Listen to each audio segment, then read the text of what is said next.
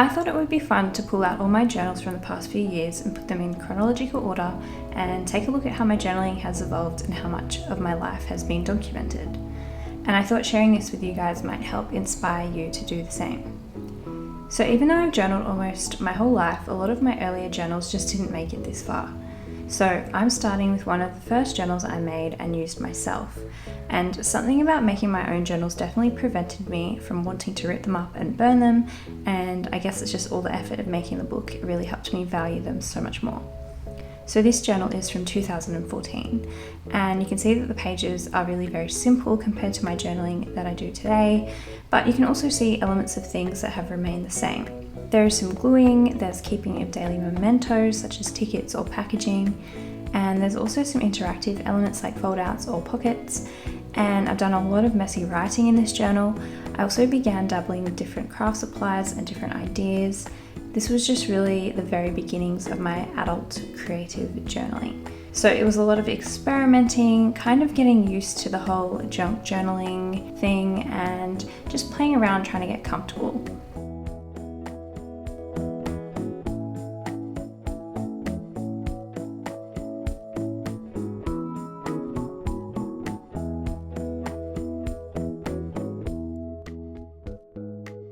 So this next journal is one from 2015, so just a year later, and again this one is quite simple. Again, I did begin to play around just a little bit more with mixed media and gluing in more and more daily ephemera from my life. This style is still really quite far from what I like to do nowadays, but you can still see where some of my style and preferences were born.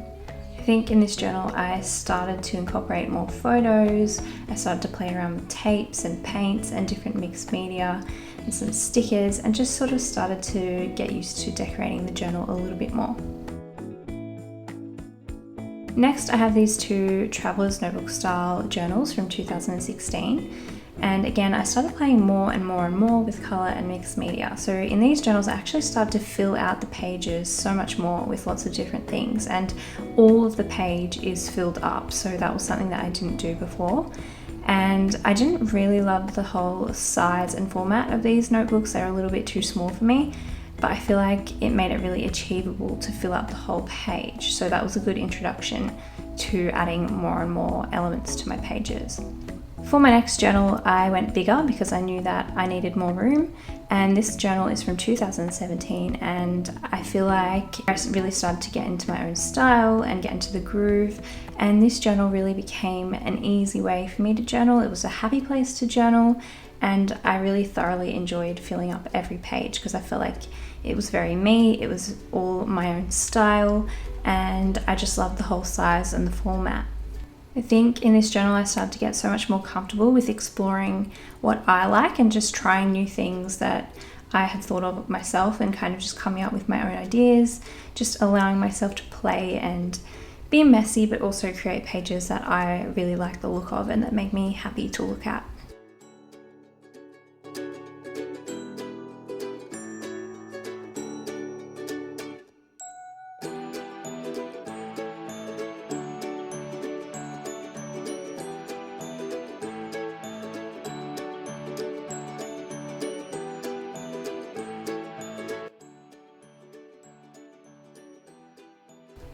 This next journal is also from 2017, and it also carried through to 2018, and I went a little bit smaller, but it's still very chunky.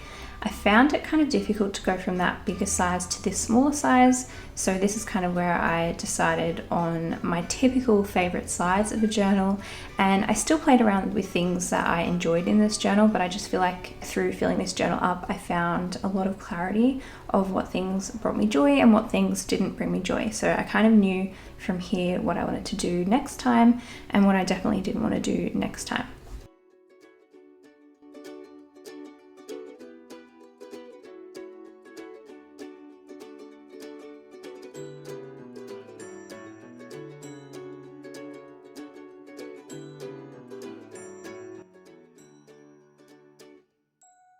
This next journal I used in 2018, and this is one a friend made for me. So when I used it, it really encouraged me to use up more of my special supplies and just to not be so precious, because I felt like the journal deserved to have more special things in it. So I used more variety of things and I kept exploring my personal tastes, and I just felt like I could let loose a little bit in this journal. I felt like I needed to do it justice.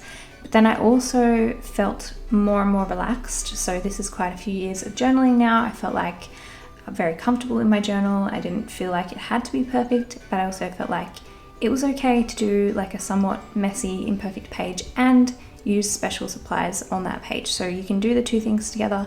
It doesn't always have to be pretty and perfect and amazing if you're using something that you really love. So you can still play and give yourself permission to just enjoy the process and not worry too much about the final result.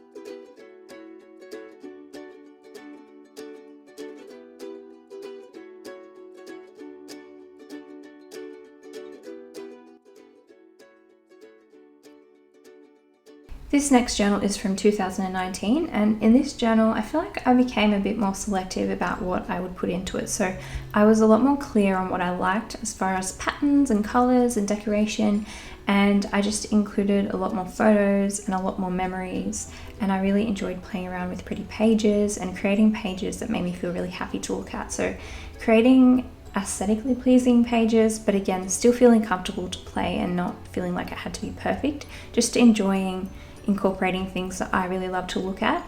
And yeah, overall I feel like this journal is one of my prettiest ones, just purely because of the things that I put into it. So all the papers that I put into it were more on the prettier side. There's lots of florals, which I really enjoy, and yeah, I really like this whole journal. I feel like the style is everything that I love, and I felt really comfortable and really confident journaling in here.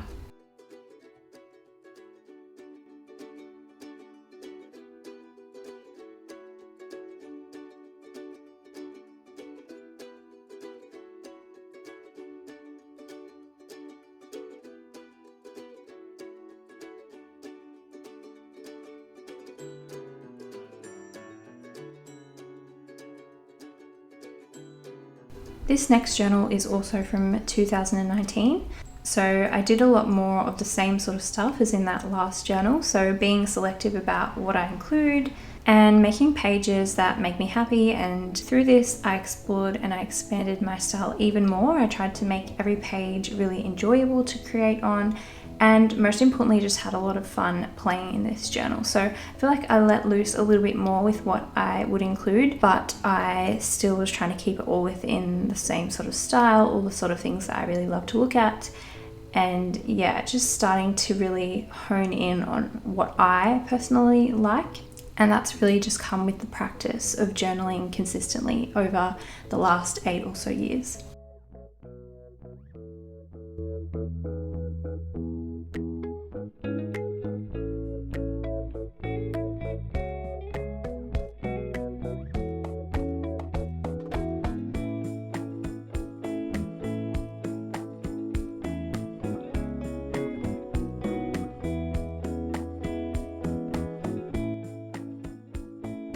So in 2020, I used this smaller blue journal, and I liked the change of size again to get my creativity flowing. So sometimes I feel like changing it up and pushing yourself out of your comfort zone is a really good thing to do.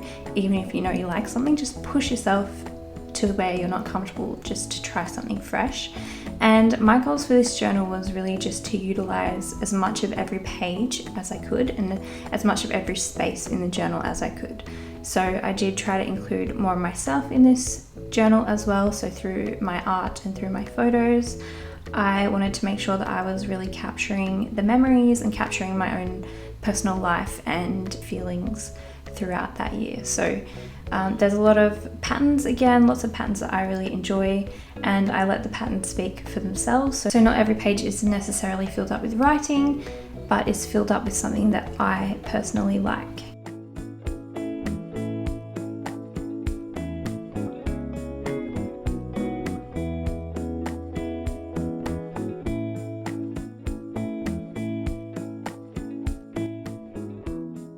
And here we have my current journal. And for this one, I made it my largest size yet, which I've been absolutely loving all this extra space to play.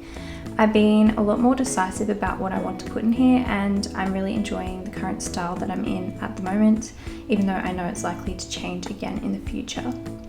It's just crazy to see how much my journaling has changed since 8 years ago, and it's also crazy to see how much of my life has changed and also how much of it I've been able to document. I really hope this video encourages you to keep going, just remembering that practicing and being consistent is how you end up reaching your goals.